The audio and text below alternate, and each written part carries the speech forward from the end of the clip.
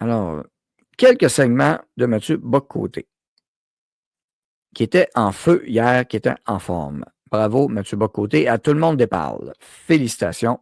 C'était excellent.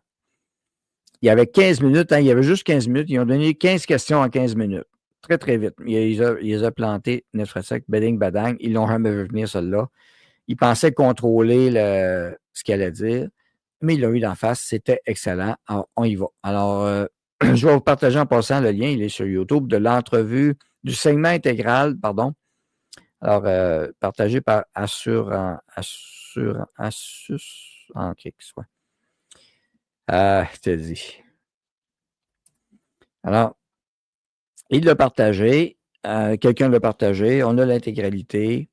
C'est disponible sur le site de Radio-Canada à Tout le monde déparle aussi. On écoute. Mais ça, ils l'ont pas vu venir.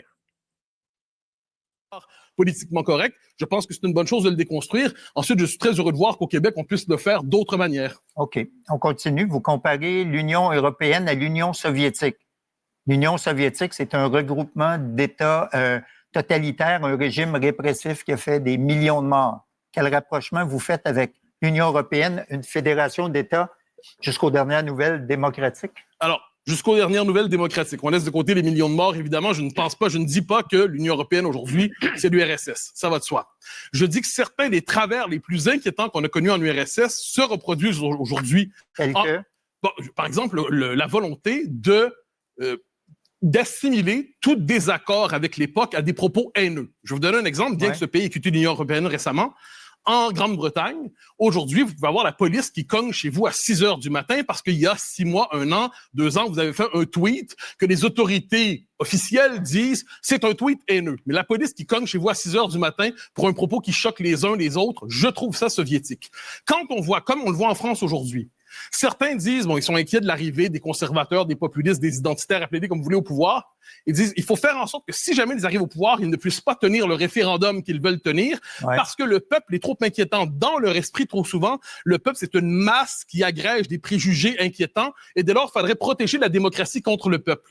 Et ça, je multiplie les exemples, je pense que la méfiance envers le peuple, la méfiance envers la démocratie, la méfiance envers la liberté d'expression, tout ça au nom d'une conception, d'une forme de progrès P majuscule, dans les faits, ça nous conduit à une forme de nouvel autoritarisme qui ne dit pas son nom. Oui, mais la liberté de parole, quand c'est des propos haineux, alors, est-ce que ça reste la liberté de parole acceptable? Je crois qu'on va voir un échange qu'on a eu il y a quelques années. Qu'est-ce qu'on entend par propos haineux? Je vous pose la question. Je le constate qu'aujourd'hui, si par exemple, je redonne mon exemple de tantôt, madame est devenue monsieur, et en tant que monsieur, il accouche. Je suis désolé, mais non, jamais un homme ne pourra accoucher. Dire ce... Bon. À tout le monde déparle dans l'audience, ça a dû faire un choc mental. On continue, le fun s'en vient. Là, en Europe, vous pouvez être accusé de transphobie. Si vous constatez, c'est un propos haineux, si vous constatez aujourd'hui qu'il y a une crise avec l'immigration massive qui fait en sorte qu'il n'y a pas la rencontre des cultures pour donner un choc des cultures, on peut vous accuser de racisme et de xénophobie. Donc, le concept de propos haineux aujourd'hui sert dans les faits à criminaliser, à pénaliser toute remise en question d'une forme de, vous savez, le progressisme obligatoire, le politiquement correct. Donc, évidemment, la haine, c'est mal pour tout le monde. C'est, par exemple, si je vous disais, Guillaume, que je vais vous lancer une hache au visage, vous diriez que c'est haineux, n'est-ce pas? J'ai l'impression. Oui. Il a déjà dit parce qu'il a déjà dit qu'il voulait me lancer une hache au visage. Donc ça, pour moi, c'est haineux, par exemple. Mais, je pardonne. Mais cela dit, moi, je parle pas de ça. Je parle de propos politiques et je constate qu'aujourd'hui, on cherche à pénaliser ce qui relève globalement du conservatisme. OK. Parlons d'immigration. Vous dites que l'immigration menace... OK, là, c'est assez, là, pour ce sujet-là, là. OK, là, c'est tough, hein? C'est tough, hein? C'est... Ouf. OK, on passe à l'autre sujet, là. Pour la hache, on vous explique la chicane avec Mathieu. Intermède de à peine 2 minutes.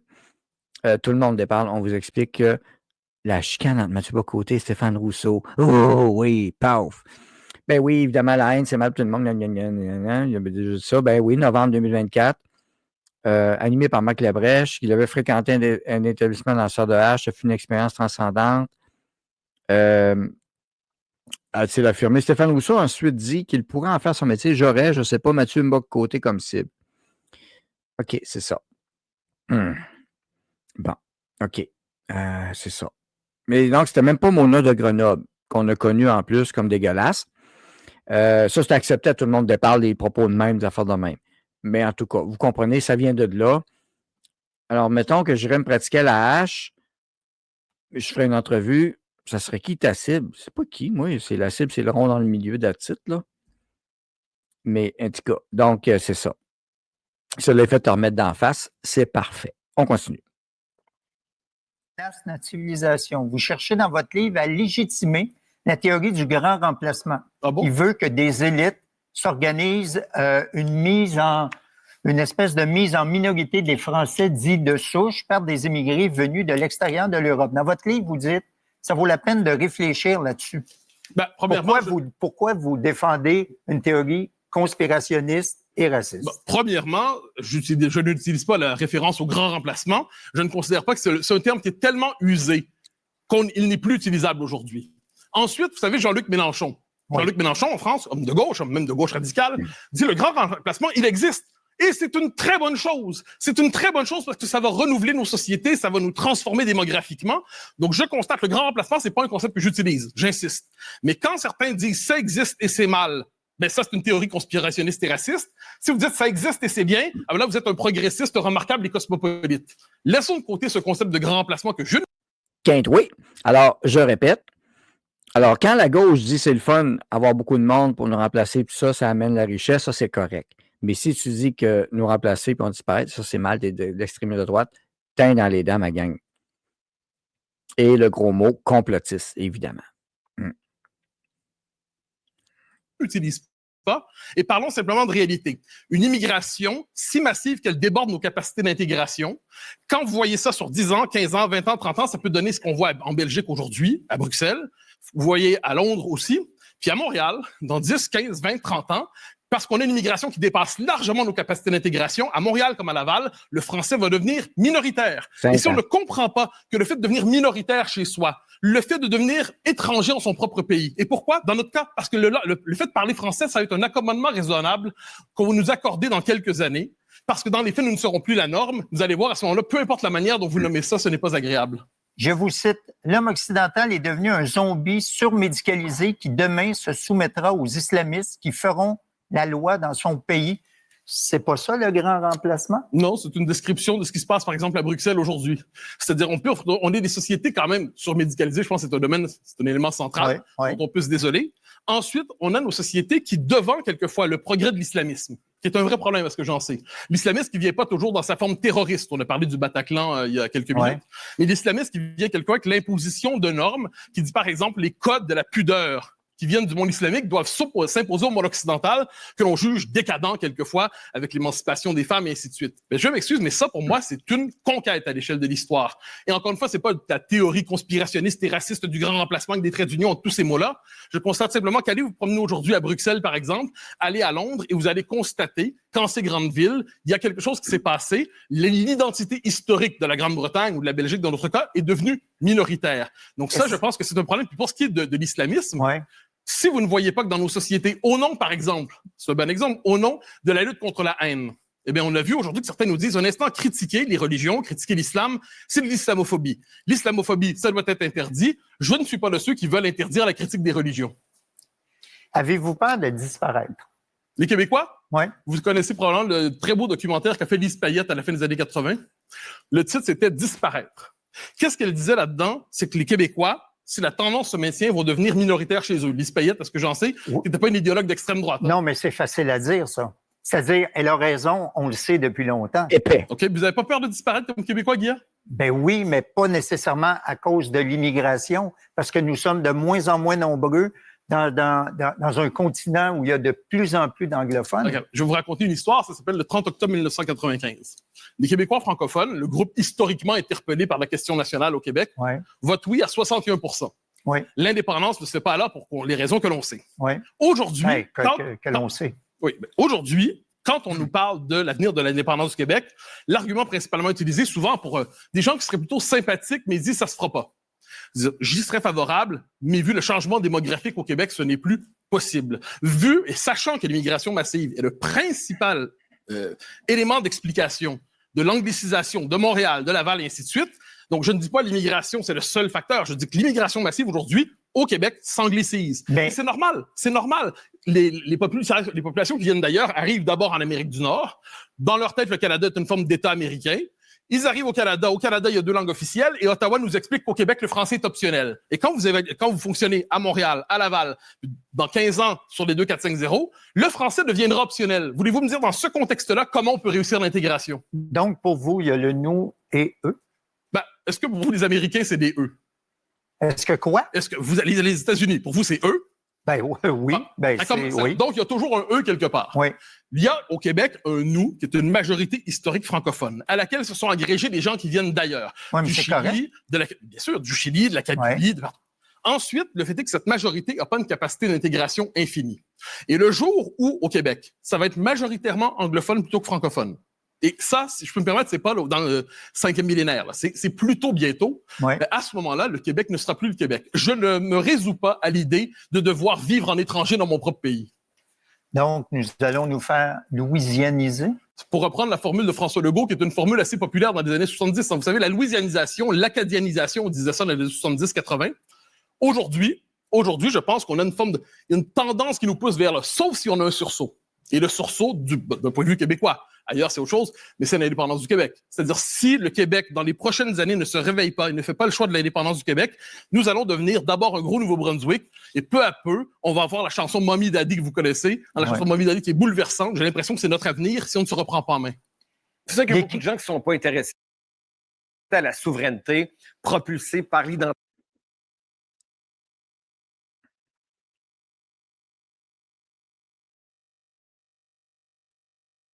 Bon, on prend une pause, on respire, ça va permettre au système de rentrer. Il est disponible sur Radio-Canada, mais sachez que c'était très difficile, je ne sais pas pourquoi.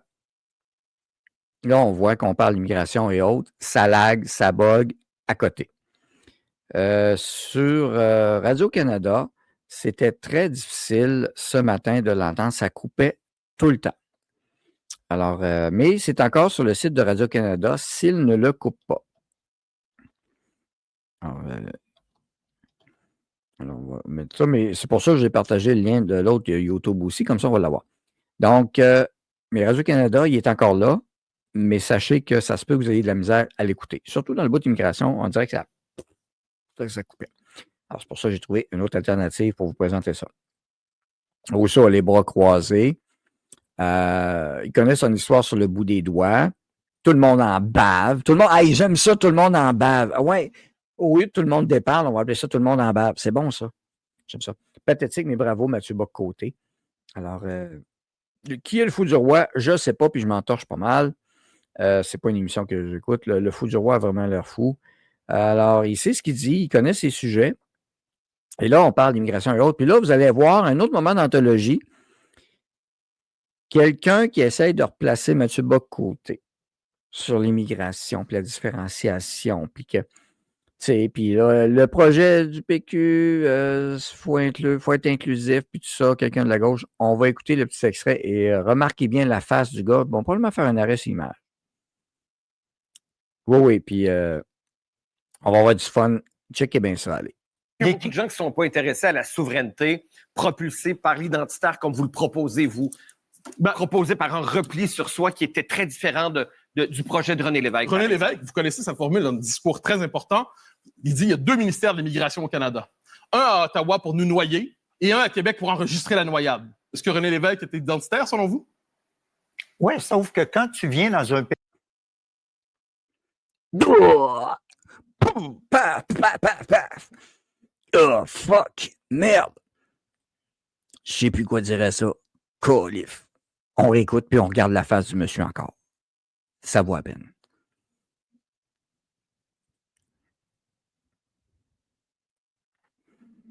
Puis, tu essaies de citer René Lévesque, tu essaies de péter de la broue avec René Lévesque face à Mathieu Bock-Côté.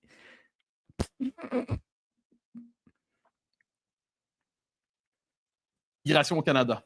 Un à Ottawa pour nous noyer et un à Québec pour enregistrer la noyade. Est-ce que René Lévesque était identitaire, selon vous? Oui, sauf que quand tu viens dans un pays, je prends l'exemple des Américains. Ça, je veux savoir s'il était identitaire ou non, René Lévesque. Quand il dit ça vous choque? Non. Bon, alors moi, je dis la même chose, donc je vous choque pas. Oui, sauf que quand tu viens dans un pays, je prends l'exemple des Américains. Ça, je veux savoir s'il était identitaire ou non, René Lévesque. Quand il dit ça vous choque? Non.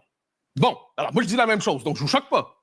Oui, mais c'est que vous le dites 30 ans, 40 ans après lui. Vous pensez que ça va mieux aujourd'hui, vraiment, à ce point-là? Non, c'est que la démographie au Québec a changé. Oui. Alors, les gens qui habitent ici, qui sont des Québécois, de souche ou non, qui vivent ici, qui payent leurs impôts ici, qui travaillent ici, ils représentent ce nouveau Québec ou ce nouveau Canada. Ce ne sont pas les eux qui sont ici maintenant. Et d'ailleurs, qui me suit, on en a pas.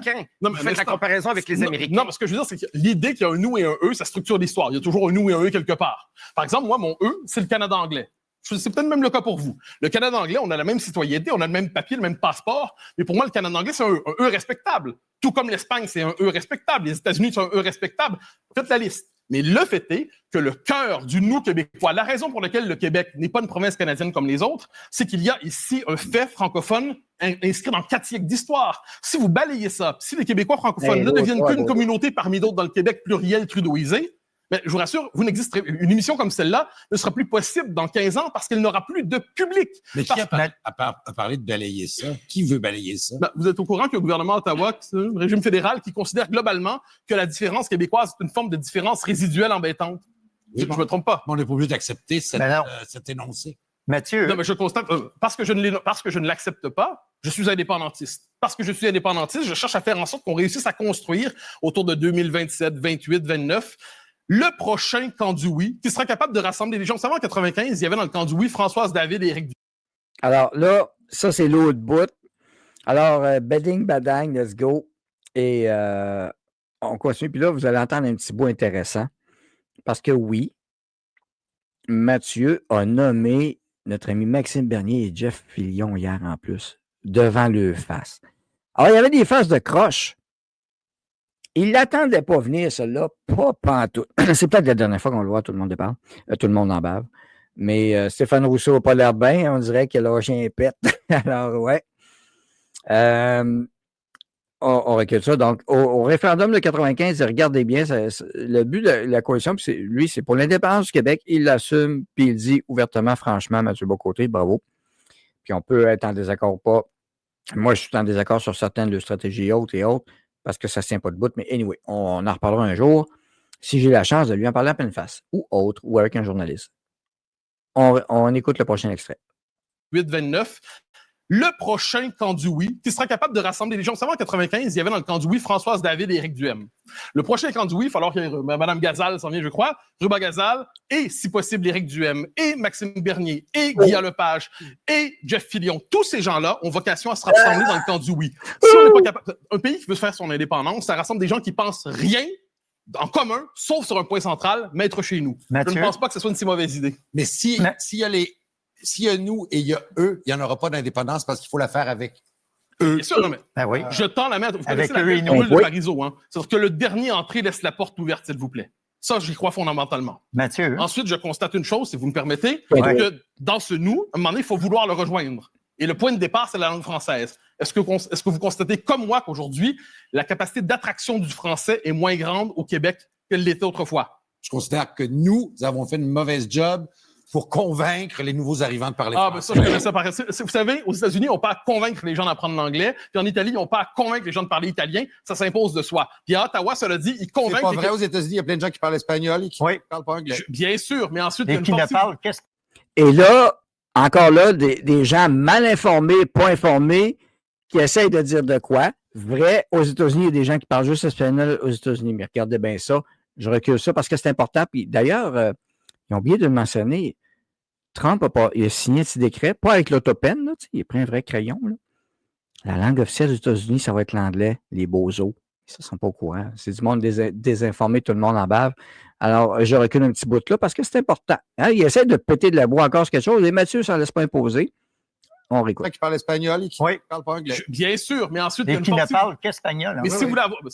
Si je peux me permettre, Ça fait partie des raisons pour lesquelles il y a une crise identitaire aux États-Unis aussi. Mais globalement, si vous voulez progresser dans la société aux États-Unis, l'anglais est nécessaire. Michael Rousseau, le patron d'Air Canada, rappelez-vous, a dit qu'une des plus grandes qualités de Montréal, c'est que c'était pas nécessaire de parler français pour s'y épanouir et y réussir. Je constate qu'il avait raison factuellement et moralement, ça me bousille le cœur. Mathieu, Aussi. l'écrivaine Kim Thuy, qui est arrivée au Canada avec sa famille en tant que réfugiée, a déploré le discours sur l'immigration qui a changé au Québec, selon elle. Manon. Et quand on nous dit, oui, vous avez peur des immigrants, puis on vous le répète tout le temps, puis c'est eux les problèmes, ou c'est eux la cause de tous vos problèmes, ben on finit par le croire. Dans votre chronique du Journal de Montréal, vous lui avez répondu que le Québec ne méritait pas son petit crachat. Oui. Kim Thuy, c'est une immigrante qui est bien implantée dans son pays d'adoption depuis des décennies. Est-ce qu'elle a le droit d'être critique envers son pays? Mais bien sûr, il n'y a pas de doute là-dessus. Ce qui m'avait désolé dans cette critique, dans cette intervention, pardonnez-moi, c'est qu'elle avait dit « Je pense m'exiler ailleurs dans une terre plus hospitalière ». Et là, j'ai juste fait le tour. J'ai dit « Bon, on va regarder ». Aux États-Unis avec Trump, probablement pas. En Grande-Bretagne, il y a eu une marche immense contre l'immigration massive, je suppose que non. En Italie, où le gouvernement s'est engagé sur une politique migratoire stricte, probablement pas. Donc, je disais que critiquer le Québec, évidemment, je passe mon temps à critiquer nos travers, mais dire j'ai envie de quitter ce pays parce que finalement, il n'est plus à la hauteur de mes idéaux, je trouvais que c'est un crachat inutile. J'ai tout le respect du monde pour Kim Thuy, c'est une écrivaine remarquable, mais sur cette question-là, dire je vais jouer à l'exil, mais pour aller où exactement? Moi, personnellement, j'ai pas de pays de rechange. Hein. Je travaille en France parce que c'est un immense bonheur pour moi d'y être, mais mon pays, j'ai pas de pays de rechange, j'ai que le Québec. OK. En terminant, dernière question. On écoute parler Paul Saint-Pierre Plamondon de ce temps-ci. Son discours, c'est rapproché un peu du vôtre. Est-ce que vous entretenez des liens avec le Parti québécois? Est-ce que vous le conseillez? Non. Ça, je me suis toujours interdit de conseiller les hommes politiques pour une raison simple. Soit on est éditorialiste, soit on est conseiller. Donc, je ne mélange pas les rôles. Ensuite, Paul Saint-Pierre Plamondon, qui n'a pas besoin de moi pour réfléchir, soit dit en passant, je pense que c'est le chef le plus impressionnant que le Parti québécois a eu depuis Jacques Parizeau. On peut lui reprocher bien des choses, mais il est d'une qualité intellectuelle tout à fait remarquable. J'ai des désaccords à la tonne avec lui, mais c'est la première fois depuis un bon moment qu'on a un leader indépendantiste qui dit on fixe une orientation, une direction, on rassemble des gens de différentes tendances, on se donne un objectif, on ne s'excuse pas d'être indépendantiste, on ne s'excuse pas d'être nationaliste, donc il n'a nul besoin de se faire conseiller par moi ou par d'autres, je pense, et ce qu'il dit aujourd'hui, je pense que ça peut nous conduire à la victoire avant 2030. Est-ce que vous restez avec nous? Avec plaisir. Alors, et il y avait un autre bout avec Ruba Gazal et Mathieu Bock-Côté ensemble. Ruba Gazal qui essayait de s'en imposer, puis pauvre elle, avec Mathieu Bock-Côté. Puis, désolé, mais ça ne marchera pas. Elle répète son mensonge. À tout le monde elle parle aussi. Ruba Gazal, Québec solidaire. S'ils sont élus, c'est elle qui est première ministre. Moi-même, toute ma vie, j'ai pris le transport en commun. Ouais. On a tous notre carte puce, on l'utilise encore aujourd'hui. En parlant de Québec solidaire, j'ai entendu tout à l'heure Ruba Gazal dire « Nous, on prend le transport en commun ». Mais je me suis dit, mais elle, comme chef de la deuxième opposition, chef parlementaire, elle a le droit à un transport avec chauffeur. Oui, alors, l'autre fois, quand elle a montré sa carte opus, c'est une carte, Véronique, qui ne sert plus. J'ai vérifié. Elle a pris beaucoup de transport en commun dans sa vie, mais elle a un chauffeur. Elle a un chauffeur maintenant. Ah ben, donc, quand elle dit « Nous, on prend le transport en commun », ça exclut celle qui parle. Ça, il faut le dire, j'ai vérifié. Hein? Ah non, elle est hypocrite et a été démasquée encore une fois. Ah, Ruba Gazal. Donc, ça vous met la table pour le prochain segment. C'est ça, Ruba Gazal. Alors, M. Bock-Côté. 30 secondes accordées à M. Bock-Côté lors de Tout le monde en parle pour commenter le livre de Ruba Gazal. Un échange qui en dit long et partagé par Alexandra Lavoie de Rebel News. De voix. Ah oui, hein, on ne veut pas Rebel News. Ouais, c'est ça. On écoute ce 30 secondes-là, ça valait la peine encore là. Merci Pourquoi, Mathieu, beaucoup, vous avez Mathieu. apporté le livre, c'est pour le faire signer? Non, c'est Non. vraiment... Je l'ai lu. Vous l'avez lu, oui? En 30 secondes? Ah non, c'est par exemple, il y a des reconnaissances de faits. Ruba Gazal dit pourquoi une écrasante majorité de personnes immigrantes font le choix de dire non à ce projet. C'est factuel, il faut le reconnaître tout simplement. Ce n'est pas détester les immigrants que de constater que là où il y a une zone de croissance pour l'appui à l'indépendance du Québec, c'est surtout chez les francophones et chez ceux qui s'y intègrent. Puis accuser de racisme, comment on le fait trop souvent? Ceux qui disent qu'il faut mieux maîtriser l'immigration, ceux qui plaident pour la laïcité. Ça fait plus que 30 secondes, là. J'ai compté. Alors, Non, je pense que ça fait plus que 30 secondes. parce que je l'ai lu avec intérêt et je me désole qu'on accuse de racisme trop souvent des gens qui ont une forme de réalisme en matière d'immigration, qui détestent pas du tout les gens venus d'ailleurs, mais qui constatent que le nombre compte. Et quand on est capable d'intégrer, ça fonctionne bien, mais aujourd'hui, on ne l'est plus capable d'intégrer. Ça ouvre la porte au racisme, en tout cas. Oui. Non. Cette manie de voir du racisme partout, franchement, ça m'exaspère. Excusez-moi, c'est... On peut vous quitter? Non, c'est Oui, pas ça, c'est qu'il y a le téléjournal, ils sont en train de mettre leur pyjama. On peut vous quitter? Mais oui, c'est ça. Alors, quelqu'un lui dit la vérité en pleine face, évidemment. Ça fait pas avec passe-partout ça, là, anyway. Alors, on peut quitter? Non, c'est ça, c'est la réalité. Et on tient à rappeler qu'il y a 140 000 à peu près et plus immigrants en attente de statut au Québec qui vont avoir le statut du Canada juste à temps pour le prochain référendum. Ne vous en faites pas. Ne vous en faites pas. Alors, voilà. Donc, c'était ça. Mathieu Bock-Côté, à tout le monde en parle. Alors, c'était génial. C'est possible que Radio-Canada ne l'enlève ou pas, mais vu que maintenant c'est enregistré sur FNL, ben ça va être là. Alors, l'excuse du téléjournal qui met son pyjama, on n'a plus de temps de consacrer, on veut pas. Hein, on peut vous quitter, hein? On est politiciens, mais les débats, ça ne nous intéresse pas, surtout ceux qui font mal à la tête.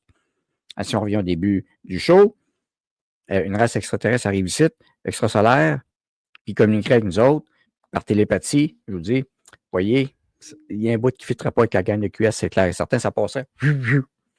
L'onde, voilà. Alors, c'était un sujet très intéressant. Évidemment, on parle de l'avenir de notre peuple, s'il en reste. Bon, l'avenir de notre peuple, ben là, c'est ça le problème. On est distinct de plusieurs choses. L'aide médicale à mourir, numéro 1 mondial. Yeah! Wouh! Victoire. Bon, il y en a qui célèbrent ça. Mais on a mieux que ça.